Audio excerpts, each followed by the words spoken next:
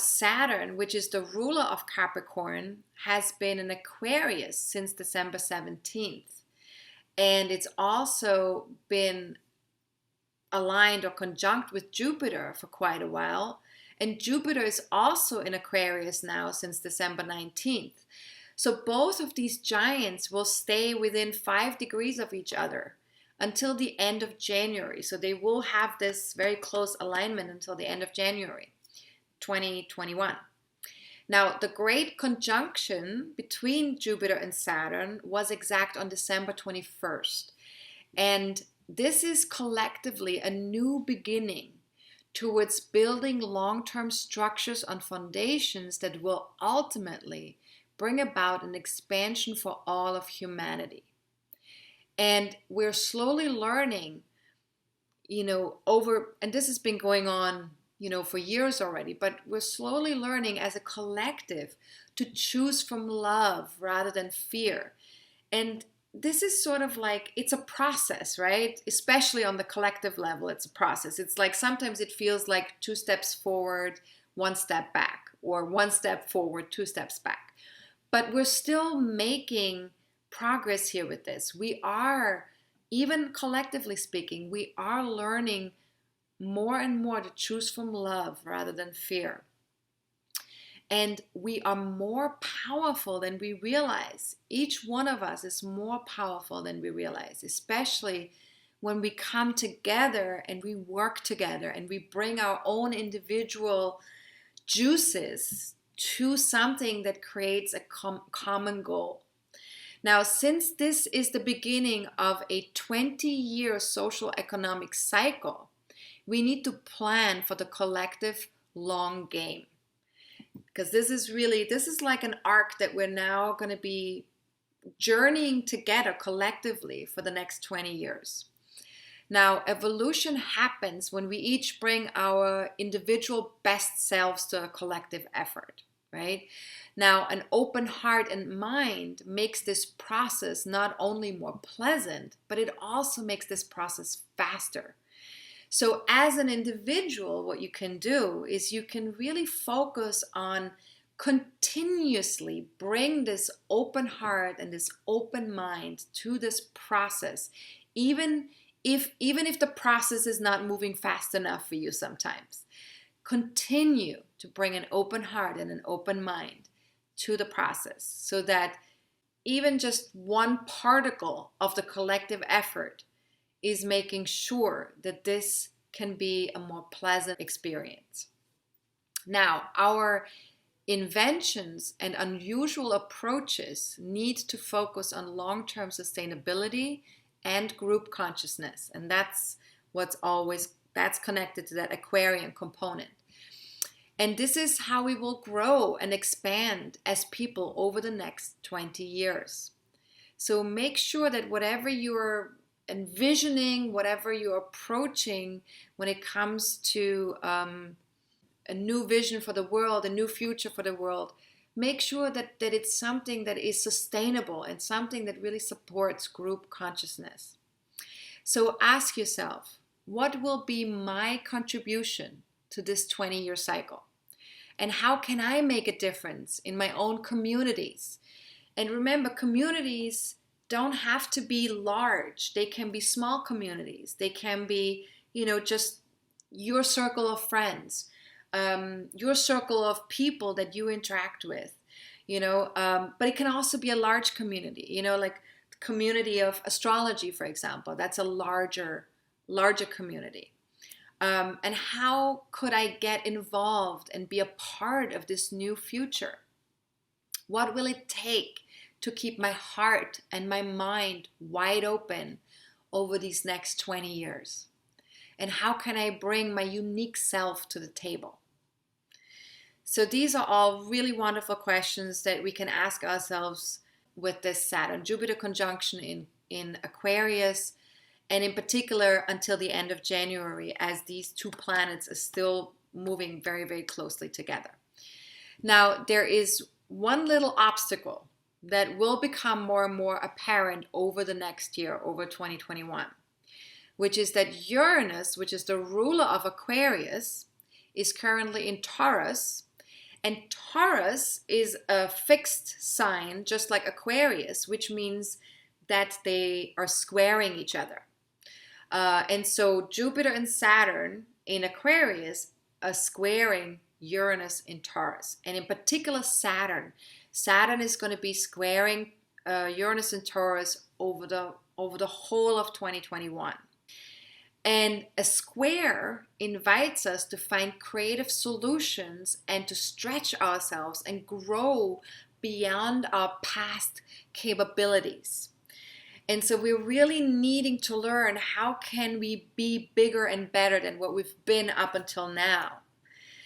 Especially when it comes to group consciousness, when it comes to our communities, when it comes to a better future for humanity. Now, it always relates back to the conjunction between the two planets involved when we have a square. And in this case, we need to look back to when Jupiter aligned with Uranus, which was on June 8th, 2010, in 0 degrees of Aries, and when Saturn and Uranus were conjunct, and that was further back, which was October 18th, 1988, in almost 28 degrees of Sagittarius. So think back to those times if you can, if you remember 1988, feel free to think back to that time, the end of 1988, early 1989, and then also summer of 2010. Think back to those times and ask yourself, what was beginning in my life around those times?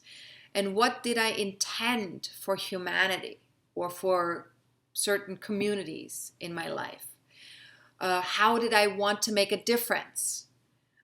What was my role at that time? And what needs to change if I am to complete that particular journey? Because this square between Aquarius and Taurus, that is a closing square between those two planets. Now, if you don't know what a closing square is, I do talk about this in my Soul-Based Basics course. So feel free to check out that course if you'd like to learn a little bit more about the specifics in terms of aspects between planets and modalities and signs and planets in general and houses and all that stuff. That's all part of the Soul-Based Basics course if you haven't watched that yet. Now, since we're talking here about a closing square, we are looking for practical solutions. Change needs to proceed from a level of maturity that is informed by our experience of what didn't work before. So we really want to be very realistic and conscientious here and look to see what has worked, what hasn't worked, and if some of the things that haven't worked, since that conjunction with Jupiter or since that conjunction with Saturn, that we've been trying to get to in terms of our own evolution and making life better for our own communities, for humanity at large, things that haven't really been able to work, how can we now find creative and practical solutions from a place of maturity to complete the journey that we're on here? Now, it becomes very clear with this combination, that square between Aquarius and Taurus, it becomes very clear that humanity's evolution and survival really lies in equality, collaboration, and respect for the earth and all of its inhabitants. So it's not just about, being dreamy and being sort of like visionary about how all of us should have peace and be, living together in peace. It is literally about the reality of that, the reality of like, how do we honor and respect, everybody that lives on this planet and the planet itself as well. And how can we connect the dots here? So how quickly this shift happens depends on the choices that each one of us make, of course. And it's helpful to remember that as the old way of doing things falls away, progress is still taking place always, even if it's not visible to the naked eye. So as we're seeing in the outside world that things are sort of like shifting slowly, but the old is still present, and it's still kind of like we still see what's not working, right? Because the closing square is sort of like a crisis of like seeing what's not working, right? So as we're seeing that, we have to remember that progress is still taking place underneath all of that. It's still happening. So ask yourself, if I wanted to put a solid foundation under my effort to inspire collaboration in my various communities, where would I lay that first cornerstone? Where would I begin? What would be the first step that I could take to make that happen? And what might a co-creative process with our planet look like? Often as human beings, if we think back in history, we've ignored the planet. We've ignored, the beauty, the power, the strength that this planet gives us, the resources that this planet offers to us. We just kind of ignore it just so that we can, get to where we want to go faster. Kill more trees. Use the oil's resources to pollute the environment. These are things that we need to consider and be really conscious about moving forward in the future, because we're not going to have a planet. We're not going to be able to take advantage of the planet's resources if we don't consider the co-creative process. So how can I honor the planet's resources and ability to support each one of us equally? And what is my unique value in all of this? How does that connect with me? So as the Jupiter-Saturn alignment in Aquarius squares Uranus and Taurus, we may become quite eager to make some essential changes in our lives, both collectively and individually speaking. So we are really invited to stay detached in our social dealings with others and honor our own individuality without making anyone else wrong for being themselves, for being different, for being who they are being. So ask yourself, how could I honor my own values and allow others to honor theirs? And this is, of course, something that's not so easy to do. And history has shown us that, honoring our own values and other people's values equally is something that creates conflict often, that when we're not able to do that, when we're not able to honor other people's values as much as our own, when we're not able to have spaciousness there, that creates conflict. It creates war. So how could I honor my own values and allow others to honor theirs? Are other people's choices really about me? And this is important because we're dealing here with fixed signs. Taurus is a fixed sign, Aquarius is a fixed sign, and fixed signs tend to take things personally. So really ask yourself this question when something comes up for you that triggers this personal thing, this is about me, right? Are other people's choices really about me? Great question. And could I give their choosing the space that it needs so I can honor what's important to me without taking things personally? So that is a really wonderful question as well. Could I give their choosing, so if somebody else chooses something different from me, could I give that space? Could I let that be okay? So I can honor what's important to me without taking that personally, whatever the other person is choosing. So it's really about creating this more detached understanding of everybody's doing what they need to be doing, and it's all okay, it's all good. It's not right or wrong. It's not personal. So the other thing here is that Uranus also starts to station and become louder, so to speak. And that energy, Uranus's energy, will be exalted until January 27th. So it will be louder until January 27th, until the end of January 2021. And that emphasizes the square that will be exact on the 17th of both January and February. So the square between Jupiter, Saturn, and Uranus, one of the squares will be exact on January 17, Jupiter and Uranus, and the other square will be exact on February 17th between Saturn and Uranus. And then, of course, not to mention that also Saturn will be squaring Uranus for most of 2021 also.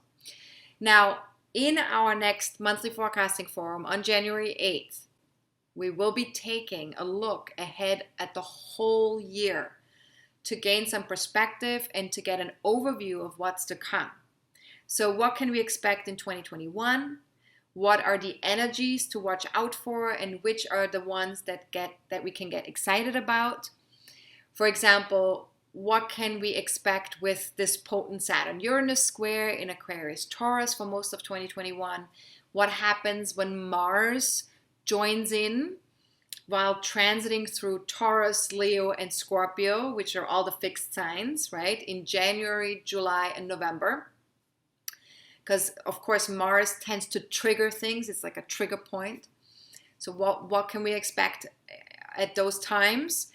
And if you want to get ready for 2021, join us live or get the MP4 video presentation of this live event. Either way, if you're not yet a star member, register now on my website, or below this video there's also a link for you to register if you like. And also keep in mind there will be an early bird special that is still available until January 5th at midnight. So take advantage of that. And for all my star members, you are of course automatically registered, and you will receive an invite to join us live the day prior and the day of the webinar, and you also get a recording of the webinar after the live event ended. If you have any questions about the monthly forecasting forums, about soul-based astrology courses, anything about astrology in general, again, don't hesitate to reach out. I'm always happy to answer questions at info@astrologercoach.com.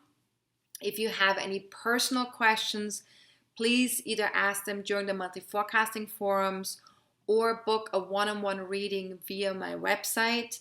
I have many different types of readings available, shorter ones, longer ones for yourself, ones for family members, ones for relationships. So there's a lot of different readings that you can access. Feel free to explore that. And if you would like to join live for our forecasting forum on January 8th to talk about 2021, please keep in mind that registration will close an hour before the live event begins. So if you register after 1 p.m. Eastern Time on January 8th, you will receive the recording, the MP4 video presentation of the webinar. If you want to be a part of the live event, make sure that you register before 1 p.m. on that day. And then, of course, the early bird special is available until January 5th. So that's something to consider as well. All right, this is it. Thank you so much for watching. I truly appreciate all of you. I'm wishing you all a happy transition into 2021, and I'm looking forward to staying in touch with you in the next year and to create this beautiful new future together in unison in a way that feels supportive to everybody, in a way that feels like it creates acceptance, collaboration, and spaciousness for all of us. All right, hey, you guys have a good one, and I will see you again soon in a couple of weeks. All right, bye-bye. Namaste.